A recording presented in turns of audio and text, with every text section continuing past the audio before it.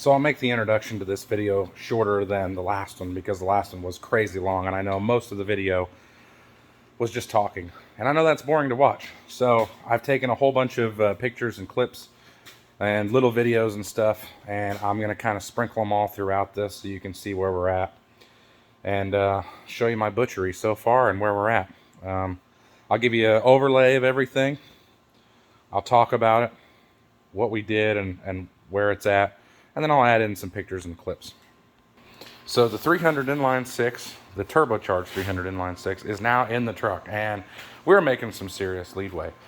We have the front end on, bolted down, everything. I'm happy with that. It's actually pretty good. Had to make a couple pieces, had to weld some stuff. Made a couple pieces in the lathe or in the mill, and yeah, I think that's going to work pretty good. It's flat, it's level, shouldn't get any weird vibrations or anything like that going down the road, but we'll see what happens. Got the bed on, and body line's actually pretty good. I don't have it bolted down yet. I have to get some bolts, but body line's looking pretty sweet. I've got to actually hammer the headboard in a little bit, go through with my rubber mount, hammer it in a little bit because it's bent outward, and it's actually preventing me from getting the bed all the way forward and getting the bolts in. So I got to do that. But it is down nice and low. The motor weight brought it down in the front and leveled it up pretty good. So I'm pretty happy with that. Got our radiator and everything. We're going to work on radiator support a little bit today. I made one forever ago and I just wasn't satisfied with it. It's going to be kind of dirt simple, just track car style, tubed, just simple, just enough to hang the front clip and the radiator and eventually some inner fenders.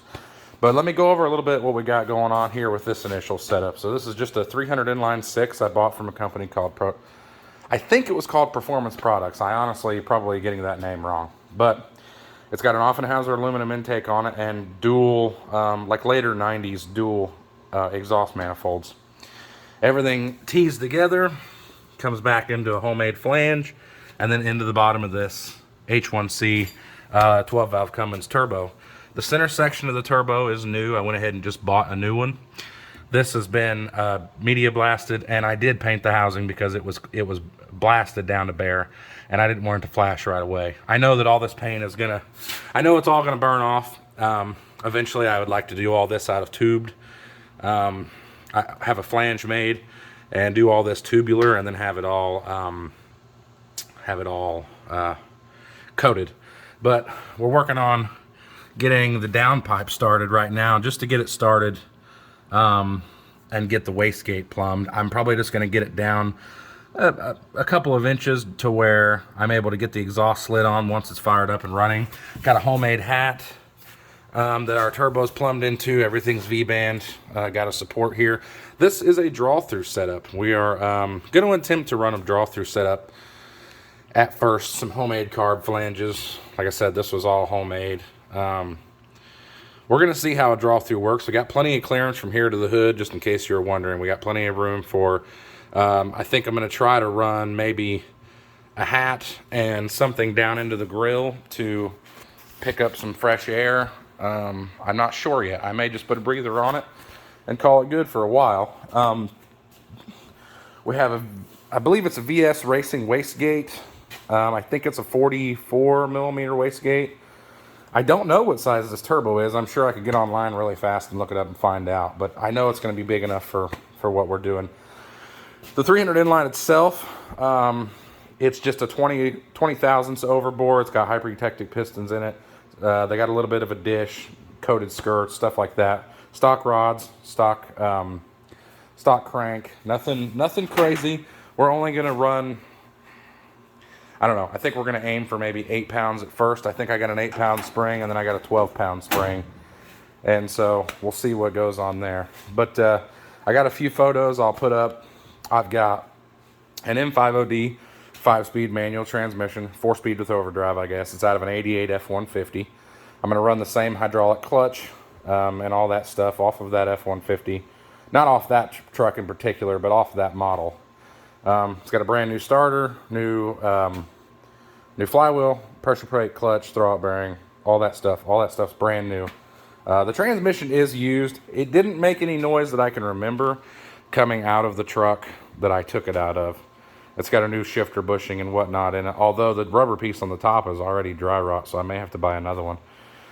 I'm waiting on water pump and distributor. They're supposed to be in today, but I didn't want to wait around on them all day to show up, so I went ahead and came over and got started.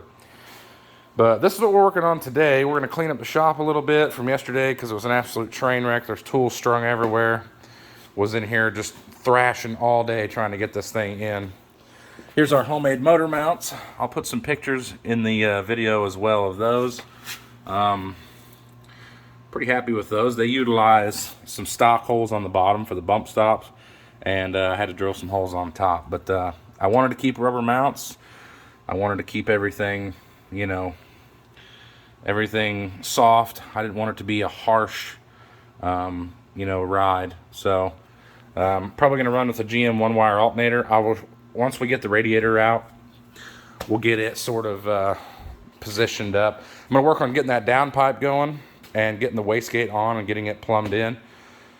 And then probably start on the radiator support from there, or, you know, whatever, radiator holder, I guess. But yeah, I'll let you guys carry along. So I have an assortment of these V-band flange and stuff. I had to stick this one in the lathe and actually turn it down just a little bit. Not much. You can see a very small difference, but just a little bit so that it would fit up to the back of that H1C turbo a little bit nicer. Got some cheap Amazon V-band flanges, and let me show you how we're going to have to come out of the back of the turbo. So it is a little bit tight and tucked back here, but we're going to have plenty of room. We're going to come out of the back of the turbocharger. We're going to hook it down, probably at a little bit of an angle. And then my wastegate's going to go right here, and I'm going to plumb my wastegate right into it. That way, you know. And I actually have quite a bit of room back here to work with. It might look a little bit tight, but I can get to my starter really easy. I can get to everything pretty easy. So I think that's what we're going to do. We're going to get that sort of at an angle. I've already ran the wheels back and forth. I've jumped on this thing. I've bounced on it. It ain't going any lower. I've ran the wheels back and forth, and although it looks like it's tight, it doesn't look like it's possible to interfere with anything. And these tires are a little bit big. Not necessarily big, but they're a little bit knobby. These aren't the tires or the wheels that I'm going to run on this. I've got a set of powder-coated wheels that are fresh, but I want to do a disc brake conversion in the front and possibly a disc brake conversion in the rear. I'm not sure on that, but I have to take this carburetor flange. It's just tack welded on. I got to turn it because right now the linkages are hitting here and the butterflies are hitting right here. So I need to turn it, take this off, and get it in some high temp paint so that bracket and everything all matches down there.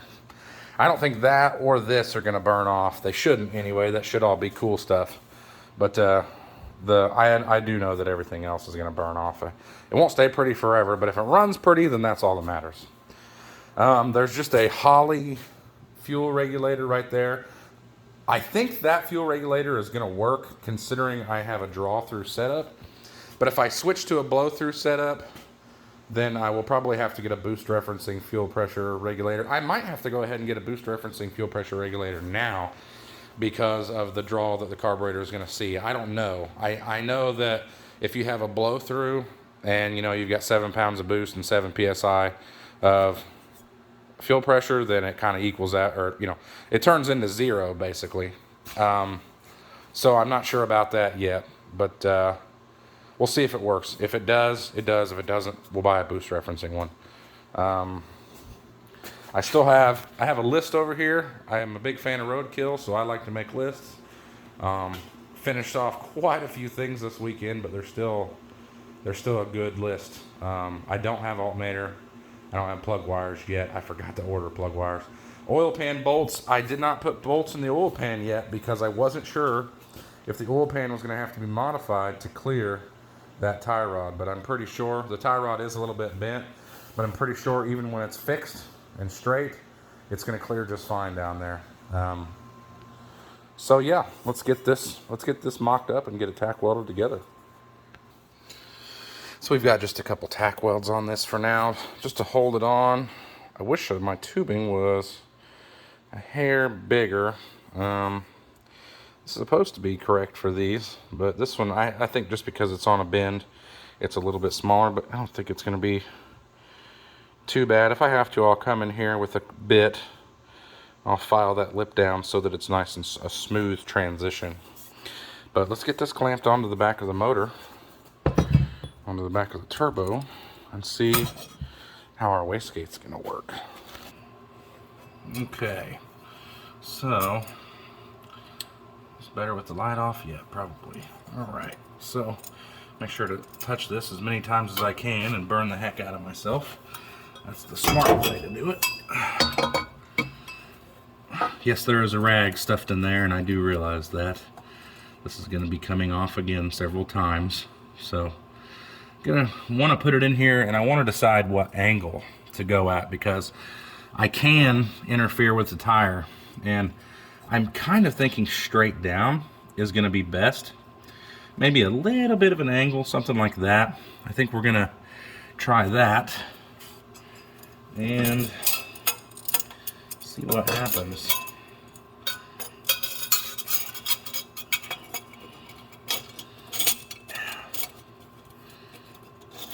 They are right, it is hard being the cameraman and the mechanic.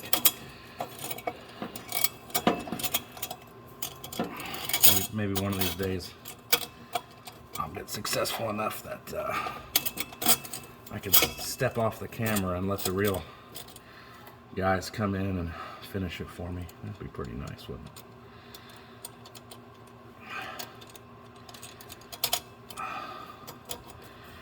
Okay, so let me grab a 10mm. Okay, so let's get this tightened down. Even though this is mock-up, if I don't have all my clamps facing the right way, it's going to drive me absolutely insane. And I mean, that is kind of crucial if you think about it. You know, you go to put something some way and you got the clamp facing the wrong way, and then you build it. Then you go to put it all back together and the clamp doesn't fit the way you want it to fit. I mean, that's stuff to think about. Always something to think about. Like I said, these are pretty cheap Amazon clamps. I don't have all the faith in the world in them. But they seem to tighten up fairly decent, so I can tell this one's gonna have trouble tightening though, so I may have to put a washer or two in there. Try to get a little bit more out of it. We'll just have to see. We'll just have to see. But kind of playing with the angle before I crank this thing down all the way. I think the straight down's not bad, but if the motor has any vibration or rocking at all, I do think this here is going to be a problem. I think I'm going to angle it out just right there. That's still pretty close to the cab. But then again, these are all brand new motor mounts, so they shouldn't go rocking around a whole lot crazy. Let me see if I can articulate the wheel any.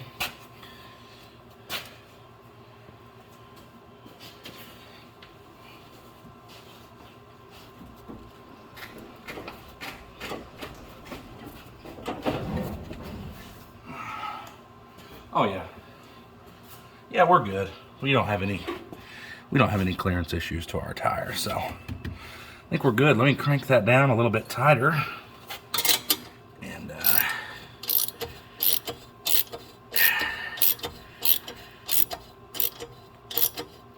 let's see here. That's not bad. It probably will need a little bit of a better quality clamp on it, but we're working with what we got. So, got our downpipe on there. Here's what it would look like from the other side. Pretty much straight down. Get down here, see if I can see it. Yeah, so got good clearance all the way around. A little tight, but not bad. Then that that expanded end allows me to just slide the other piece of tubing right up inside of it and build off of it. It's way simpler, way easy. So let's grab the wastegate. We'll throw it on and see how that's going to look. So here's our VS Racing wastegate. Like I said, I believe it's a 44 millimeter. Pretty nice little unit for the money. And I honestly couldn't even tell you how much I spent on it. It's been sitting in the box for a little while now. But not bad. Not bad at all. So does anyone, by the way, have any tips for getting these in and getting the clamp and everything on? Because it is unbelievably difficult. I'm sure I'm going to fight with it off camera for quite a while. And it's only got to go down that little bit, but by God, it does not want to. Which I could probably just pull the top off and pull the spring out. That's probably what you're meant to do now that I just am standing here thinking about it. So, yeah. I would say that's what you're supposed to do. Okay, scratch that. Alright, so I'm going to get this mounted up, get it kind of turned around. I got some tubing around here somewhere, this diameter, that I'm going to have to try and find. Maybe in the scrap bin. Somewhere I have a little piece. I know it doesn't have to be long anyway, so I'll find that here in a minute. But yeah, so let me try to wrestle this thing on. I'm going to try to wrestle it on off camera for just a second, and then yeah, once I appear to be slightly successful, I'll start rolling again. Okay, so we're going to pull the top off of our wastegate, pull the spring out, relieve a little bit of pressure off this bottom side so we can get this bolted on all the way. It wouldn't be a bad idea anyway to see what spring's in here and make sure we're not accidentally sending it with the moon tune from the start. But we'll go ahead and pull this top off. I may have to go grab different Allen wrenches, I'm sure. These are metric. And I would be correct. And go grab the metric Allen wrenches really fast. Finally, found some metric Allen wrenches.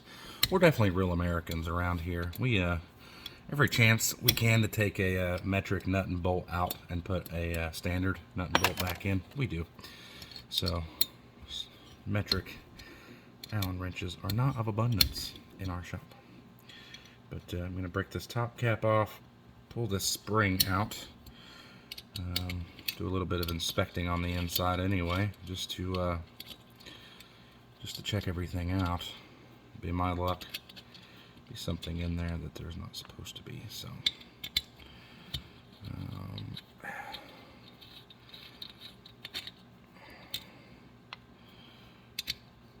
I don't think, I'll have to look and see if the springs are labeled. I don't think the springs themselves are actually labeled. I'm sure there's a diagram that I failed to read. There we go. Couple more. Not a whole lot of pressure on this, so that would be pretty funny. There we go. There's the pressure of the spring. I'm a bit concerned with... Better take these out at the same time so I don't strip one of these out.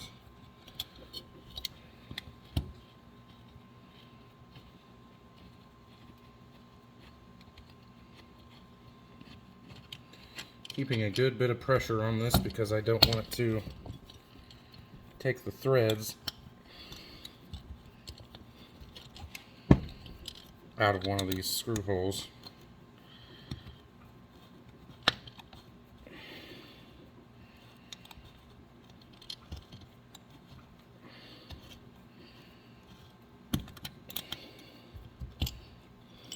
Okay, that's quite a stiff spring, so we'll see. That was quite a challenge. I'm sure there's right ways to do all this. I'm not really good at doing things the right way, but yeah, so there was a little metal shaving in there. That probably would not have been good for this diaphragm. But that's going to let us bolt that on. That give us the relief we need. So now we can slip this in. It will go all the way in and allow us to get our clamp on. But I'm going to inspect the spring. I'm not seeing anything. I'm going to go through my spring pack while I'm here, and I'm going to read over it real fast, see if it comes with anything that gives me some intel on perhaps what spring I want to put back in here. So let me try that. Here's this VS Racing kit. Comes with all your little fittings and whatnot you're going to want to put for airlines or you know, lines for signals from your intake to comes with a couple of different style. So yeah, that one appears to be a lot weaker than that one, and I'm going to assume, in just feeling these, this was definitely Moon Tune spring. So I am probably going to want to put these weaker set in there for now. That would probably be best. That bad boy was probably in the 14 psi range, I would assume. So yeah, we're gonna go weak springs. We don't want to fire this thing up, and I wish I had a way to test the spring pressure. That would be pretty nice. I need to get a yeah. So yeah, because that bad boy, that was stout. That was very stout. So, but I am going to read before I just go changing these things out, and then get a bad combination or something like that. So I will be right back. I'm going to read into what combination goes with which. There's an assortment of small springs. It appears the way this is set up, you could put every dang one of these springs in here you wanted to. So I'm going to look through actually, let's look through the box real fast and see.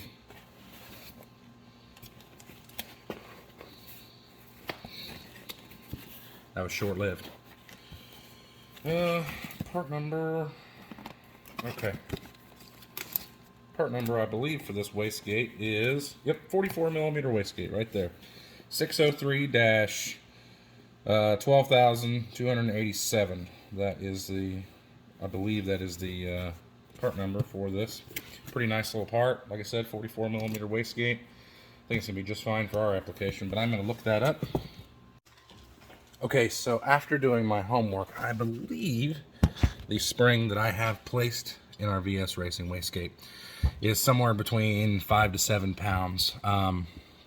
This one also appeared to be about 5 to 7 pounds on the testing that I watched, and it did not include these. So either the video was an older video, I'm not sure. I'm assuming the assortment of springs, you know, you have smaller ones. So let's say this one's 5 to 7. Let's say it's just 7, and this one's 5. You would stick the two together to try to shoot for your, you know, 12 or wherever. You know, it's going to vary. It's going to, but I would honestly assume, obviously these are meant to fit over one another.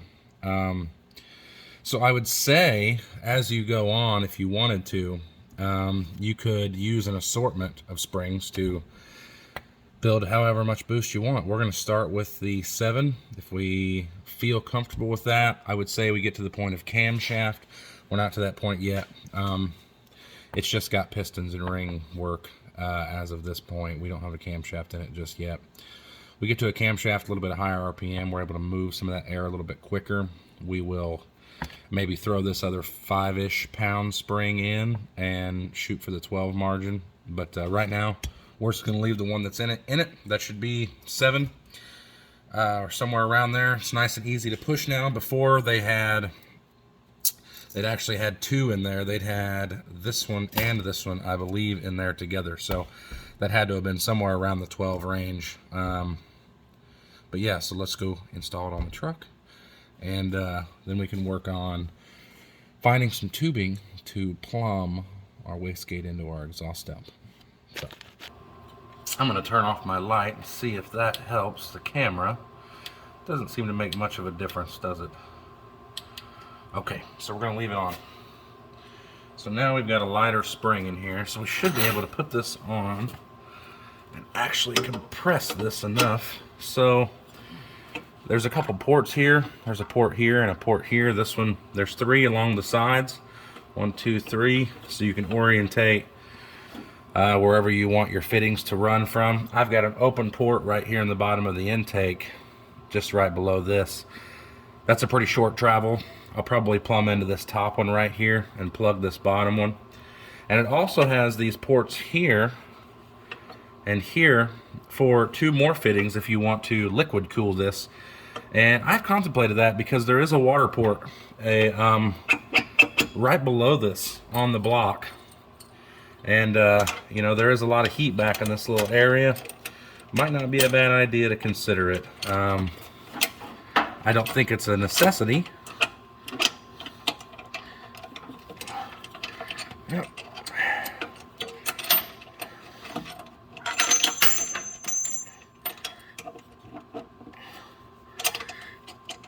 Okay.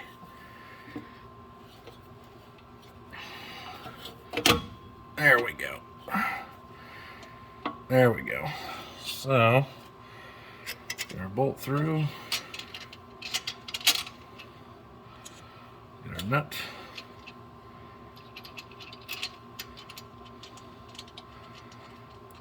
All right. Now that's not the easiest to see, but there we go. All right. So, there it is. Our VS Racing wastegate is mounted. That's a pretty short distance we have to make up. So I'm going to see if I can find us a piece of tubing. We may have to angle it a little funny, however we need to make it from here to here. But that's going to work pretty well. Got our other 2 brackets here. Go grab our other flange.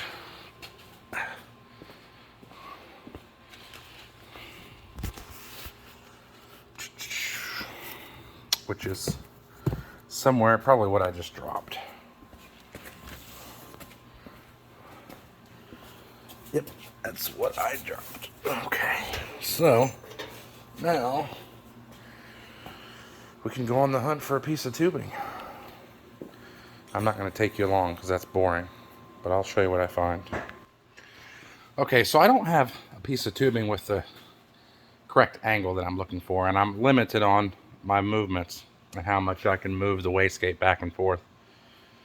So what I do have is the correct tubing, but it had a really wide arch.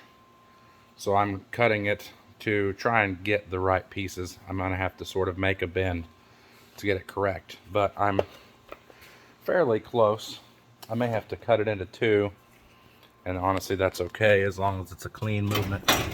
So one thing I do recommend doing is making sure that you don't have any large burrs hanging off of your tubing that can fall down in your wastegate, and something that you might not catch later. But I had one that fit pretty well, but there's a massive gap on the bottom, and by the time it's in there nicely, I've got too big of a gap at the top. So I'm going to maneuver this pipe a little bit and see if maybe I can I'm going to fish mouth the end of it and get it where I want it, and if I have to, I'm not afraid to add a little piece, but it just wasn't quite, this was not quite the right angle. So we're going to keep working with this one piece and see what we can get out of it. Sometimes there's just no easy route, no simple way to do something. So like I was saying, unable to make this out of one section like I would like, limited to the pieces that I have on hand. What I've done is I've cut in one short section, sort of fish mouth that needs smoothed out a little bit, but we're going to put that smooth section, find right where we like it, right where it fits good, and we're going to put a tack on it, probably just one.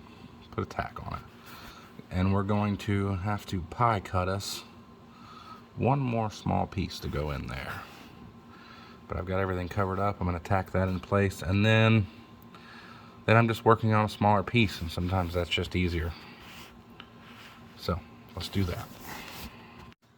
Okay, so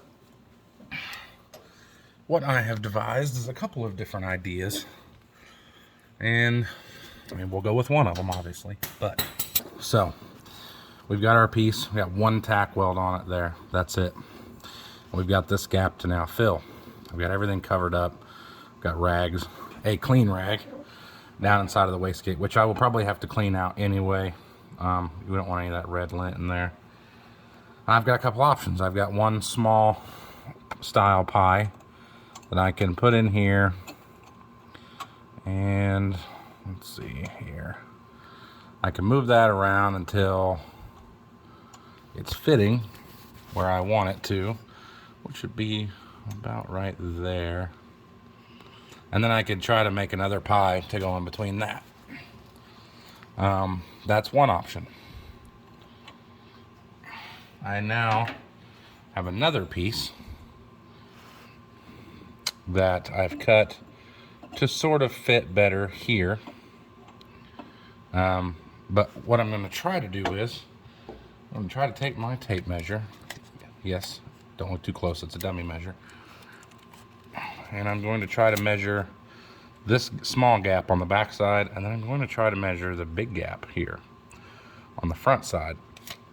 And I'm going to try to mark that out and get a relatively close pie section that I can tack weld in, and then take all this off over to the bench and actually punch a hole in this and weld it all up like it's supposed to be. So we'll see what happens. Let me get this one measured and cut, and we'll see what our options are. So I have a bad habit of not showing my process, but I wanted to talk about this real fast and how I actually got this piece that fits very, very nice. I have just a tiny bit more of trimming to do, and that is going to fit in there really, really swell. So I had gotten this piece tacked on and down at just sort of a general angle, face towards my V-band flange. And I had another piece cut with sort of an angle on, just a random. So I spun them around so they've got a nice smooth transition right there.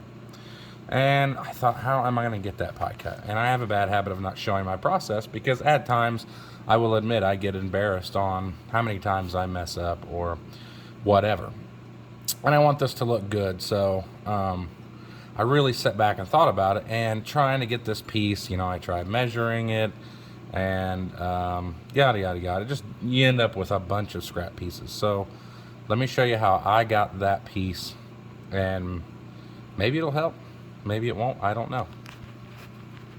So grab your big old roll of tape, and on this case I only needed one pass of tape, so I got lucky. Ended up being just wide enough.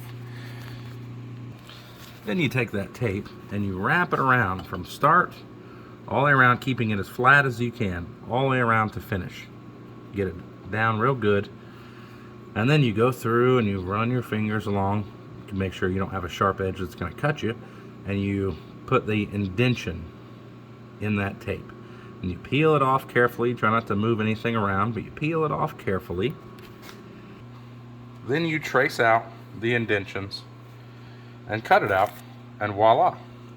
And I was able to take this, I was able to wrap it around a piece of tubing that had the curve that I needed, trace it from there,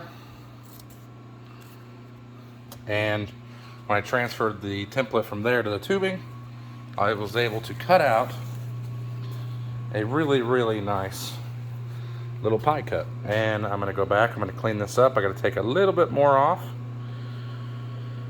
and then we'll get it tack welded on there in a couple spots, take the whole thing off, clean it all up, get a hole punched in the one spot and then get to welding it all together. But that was that. It was a nice little tip, just something I had to think of on the fly. I'm not very wonderful at making these pie cuts just yet. I'm trying, but it definitely takes a lot of practice. And yeah, I'm sure there's a great tool out there that I need to purchase for helping. But yeah, so there's a little tip if that helps at all.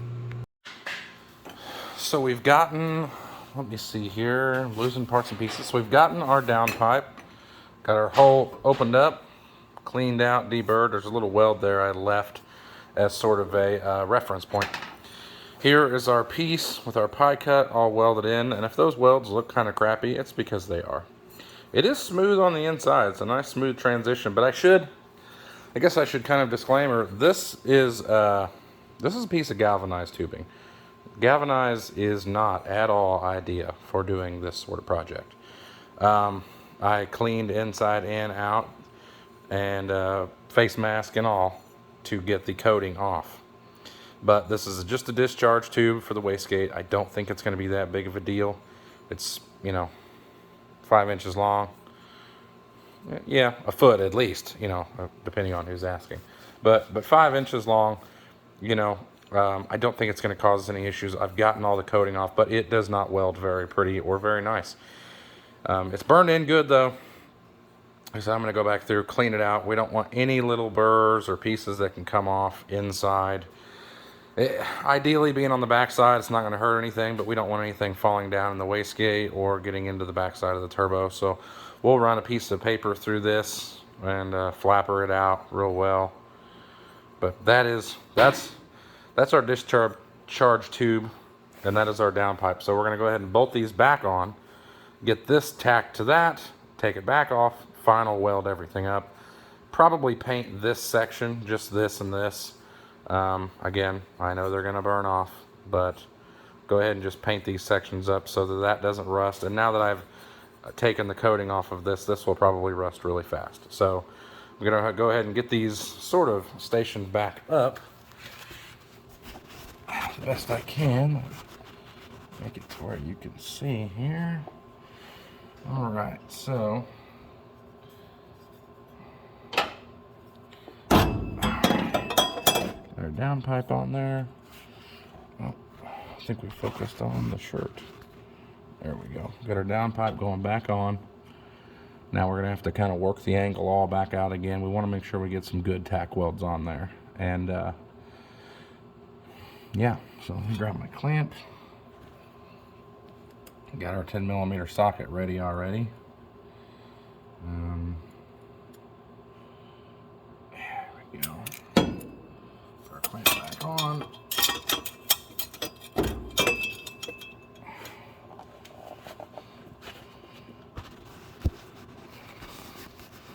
Sorry, I know it keeps focusing in on that shirt. It's very annoying, but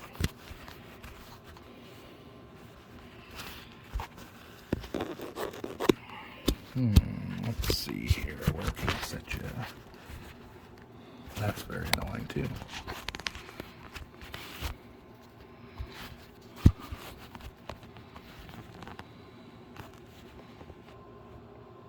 Okay, that should be better. If not, sorry about you.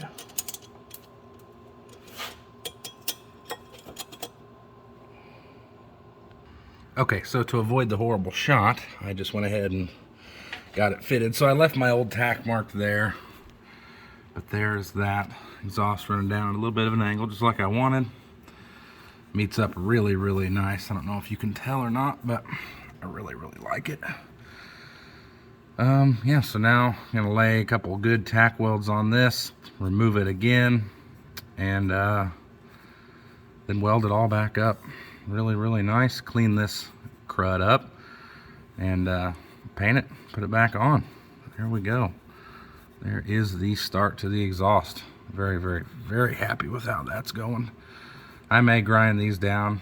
I don't know yet. I mean, you gotta just kind of accept it sometimes, that it's not always gonna look perfect. It's functional. It looked good on the inside, and I think with some black paint, it's not really gonna matter a whole lot anyway. But very close to the cab. I may have to notch this little flange on the cab out a little bit. Oh, my heater. No, it's okay. It's okay. We weren't going to be able to run a heater in this thing anyway. There's enough holes in the floor. I don't think that would ever matter. But let's get some tack welds put in this thing. Okay, so here's the final product. All painted up. Goes back down here in place. And falls right in. So I'm pretty happy with that. Got plenty of room. I'm going to pull the rags out. And I am going to clamp this thing on. Yeah. Pretty darn happy with that. So here is the finished product of it all. Wastegate's on, bolted down tight. Everything's plumbed in. Ready to roll. Downpipes all, I taped everything all up on the ends. Turbo as well. That way, when it does have to sit outside, nothing's gonna get corroded up from the weather. But there's the downpipe side of it. So, all good. All good. Pretty happy with it so far. Lots of little stuff to do. Still got to plumb hydraulic line, or oil line, I'm sorry. An oil line into the top and get our return. Throttle linkage might be a little tricky. This plate still has to be turned, like I said earlier, but... And a hefty reminder. Do not start. No oil in motor or trans. So, good little chunk off the list again. But yeah, so hopefully have another video up soon. But hope you enjoyed it. Thanks for watching.